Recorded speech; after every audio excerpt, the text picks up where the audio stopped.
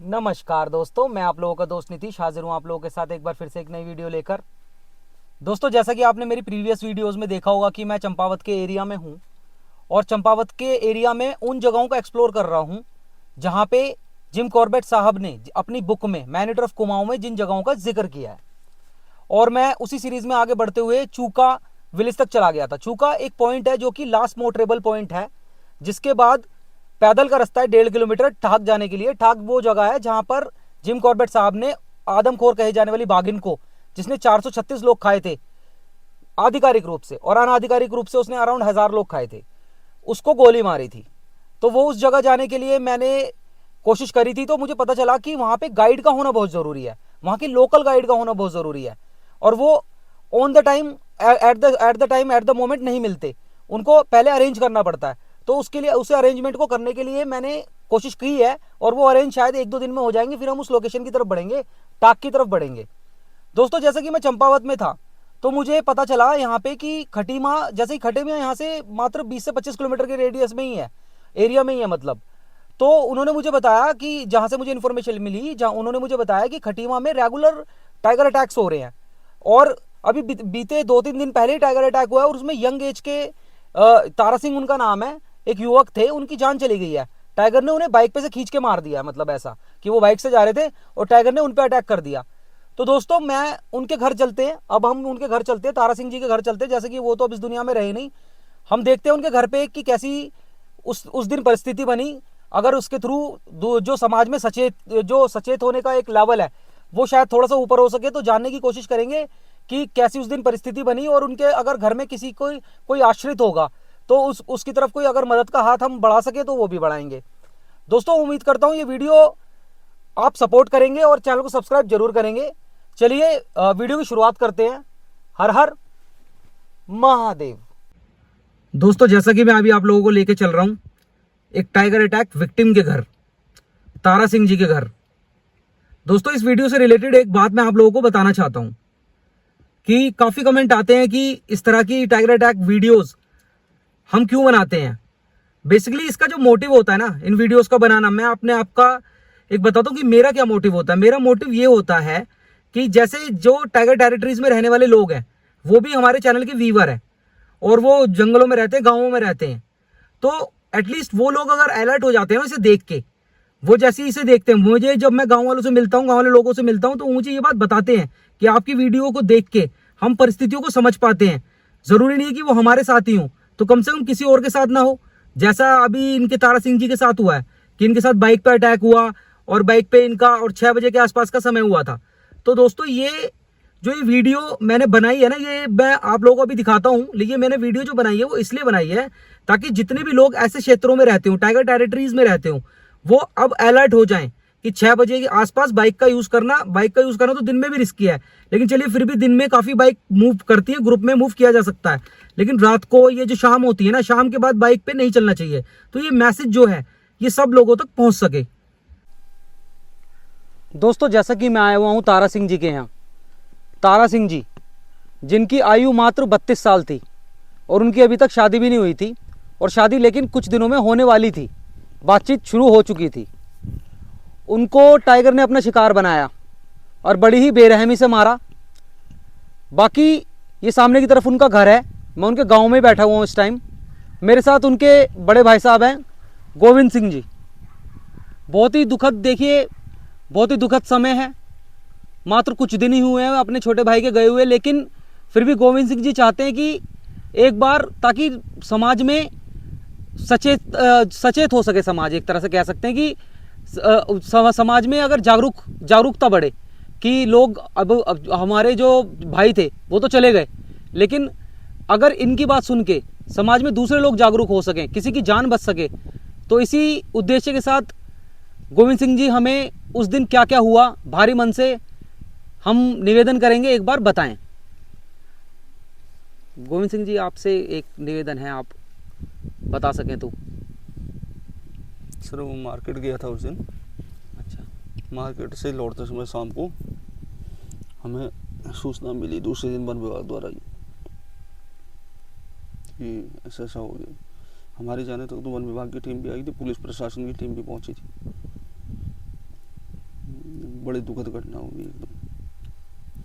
तो जैसा कि उस दिन शाम का समय था जी और वो बाइक से घर लौट रहे थे, जी और आपके घर के आसपास के क्षेत्र में जैसा कि जंगल है, जी तो जंगल के क्षेत्र में ही ये हादसा हुआ। जी तो जैसे उस दिन उनकी मतलब उनका स्वर्गवास हो गया था, जी।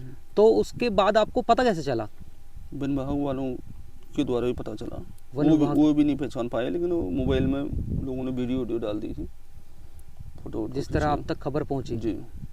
नहीं तो आप तो उन्हें यहीं अपने आसपास गांव में हम तो आसपास ही ढूंढ रहे थे, लेकिन वो थोड़ा 6-7 किलोमीटर दूरी पे हमारा मेन रास्ता है वो खटीमा जाने का, खटीमा मार्केट मझोला होते हुए। अच्छा, खटीमा मार्केट जाने का वो रास्ता इस्तेमाल करते थे आप। जी तो जैसे ये जो घटनाक्रम हुआ, जी तो इसमें जो ये टाइगर है, ये सुनने में आया कि ये बहुत पहले भी लोगों पे कई बार अटैक कर चुका है यहाँ। जी। अभी पिछले महीने अक्टूबर में भी एक महिला हमारी यहाँ की, उनको भी करा था। यही होगा मेरे ख्याल से। अब टाइगर तो कई हैं यहाँ जी है, तो कई बता रहे हैं सब जगह नुकसान कर रहा है, लेकिन आदमखोर यही है मेरे। कि सुनने में आया कि ये 5-6 लोगों पे जी। कुल मिला के अटैक कर चुका है जी। टोटल। जी जी। तो वन विभाग ने इसके लिए कहीं पिंजरा वगैरह कहीं सेटअप नहीं किया? कुछ कुछ नहीं करा अभी तो। कोई अभी ऐसी कोई व्यवस्था नहीं है इसको पकड़वाने की? ना ना अभी तो। यहाँ पे जहाँ पे आपका ये घर है, जी। अगर मैं एक बारी ये दिखाऊं कि ये सारा पूरा जंगल का क्षेत्र है जी सामने की तरफ, जी। तो आपको वन विभाग की तरफ से या सरकार की तरफ से कोई ऐसी मदद मुहैया हुई कि जैसे आप यहाँ गांव में रहते हो जी। और आपका घर बिल्कुल जंगल के सामने ही है, अभी तो कुछ नहीं। कि अगर कोई फेंसिंग वगैरह में मदद कराने की कुछ ऐसा? कुछ नहीं हुआ। दोस्तों ये बात भी काफ़ी है, नोटिसेबल बात है कि देखिए बिल्कुल जंगल के सामने घर हैं और हर किसी की आर्थिक स्थिति इतनी मजबूत नहीं होती कि वो 14-14 फीट की 12-12 फीट की फेंसिंग या सोलर फेंसिंग का इंतज़ाम कर सके। तो वही परिस्थिति यहाँ बनी है। गोविंद सिंह जी, एक बात मैं आपसे और पूछना चाहूँगा जी कि जैसे जो भाई थे उनकी तो 32 ईयर्स एज थी, जी उनकी खुद की शादी तो हुई नहीं थी, जी। तो ऐसा था कि कोई आश्रित थे उन पे या कुछ ऐसा आर्थिक परेशानी का कुछ? पिताजी की देखभाल वही करता था, मम्मी और पिताजी की। अच्छा, माता पिता की देखभाल वही जी। करते थे। तो आप क्या काम करते हो? मैं भी बेरोजगारी हूँ फिलहाल, कोई रोजगार तो है नहीं। रोजगार नहीं है। जी। तो दोस्तों अब आप समझ सकते हैं कि दोनों भाई मिलके किसी तरह परिवार का लालन पोषण कर रहे थे और अब एक सहारा खत्म हो जाना, किस तरह का ये परिस्थिति बनेगी यहाँ, आप इस बात को समझ सकते हैं।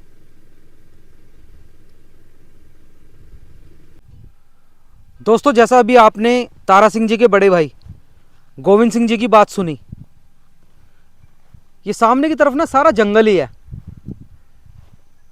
और ये एरिया आता है खटीमा में, उत्तराखंड में।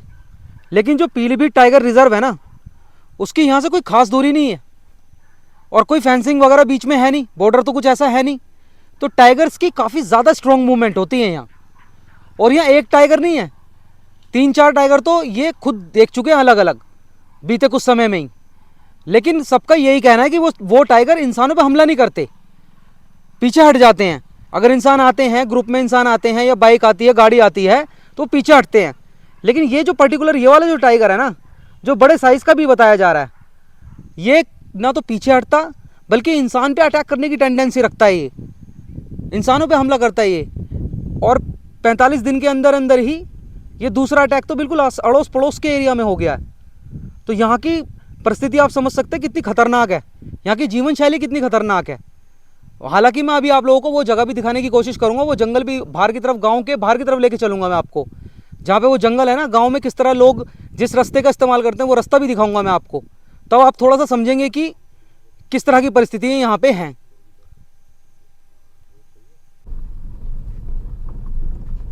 दोस्तों अब मैं निकल चुका हूँ बग्गा गांव से बाहर की तरफ।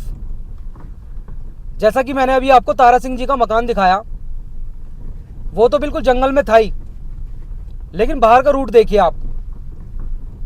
चाहे हम लेफ्ट देखें चाहे हम राइट देखें, बिल्कुल जंगल है।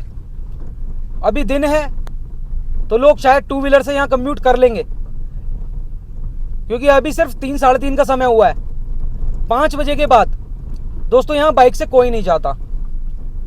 ये सेम वही लोकेशन है, ये सेम वही एरिया है जैसे एरिया में जो तारा सिंह जी हैं उन पे टाइगर अटैक हुआ है। बस फर्क सिर्फ इतना है कि अभी दोपहर है, मतलब दोपहर थोड़ी लेट दोपहर है, उस टाइम पे शाम हो चली थी। और शाम के बाद यहाँ टू व्हीलर पे चलना नेक्स्ट टू डेथ।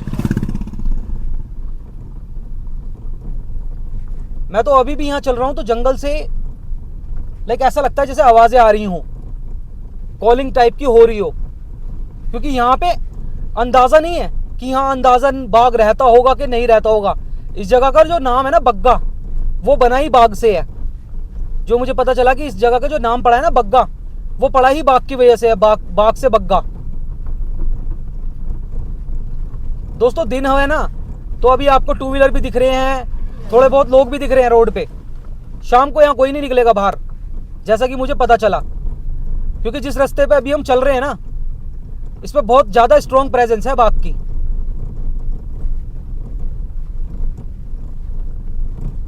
किसी जगह रुक के अभी देखिए, मैं आपको दिखाने की कोशिश भी करता हूं कि जंगल किस तरह से है यहाँ।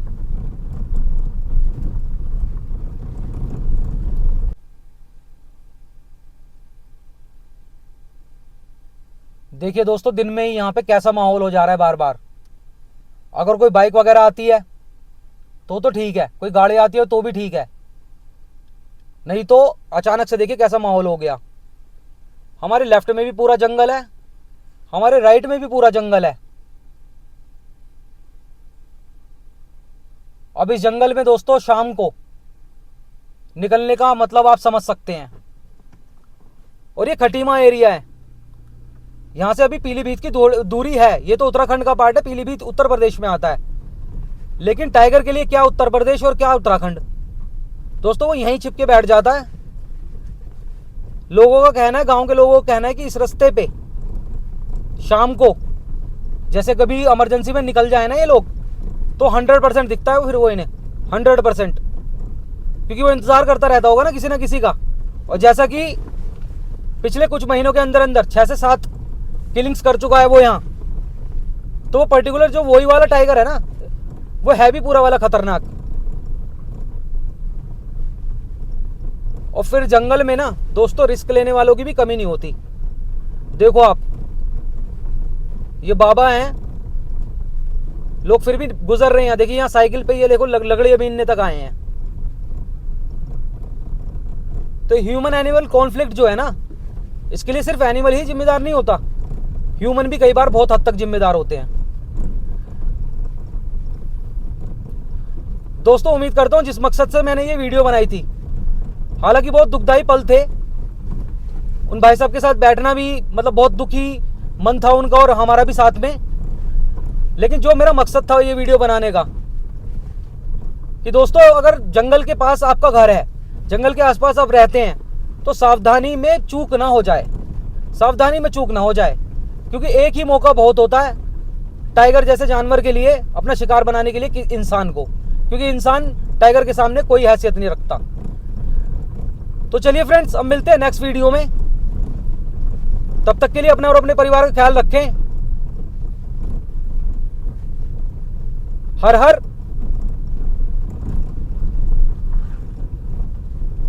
महादेव।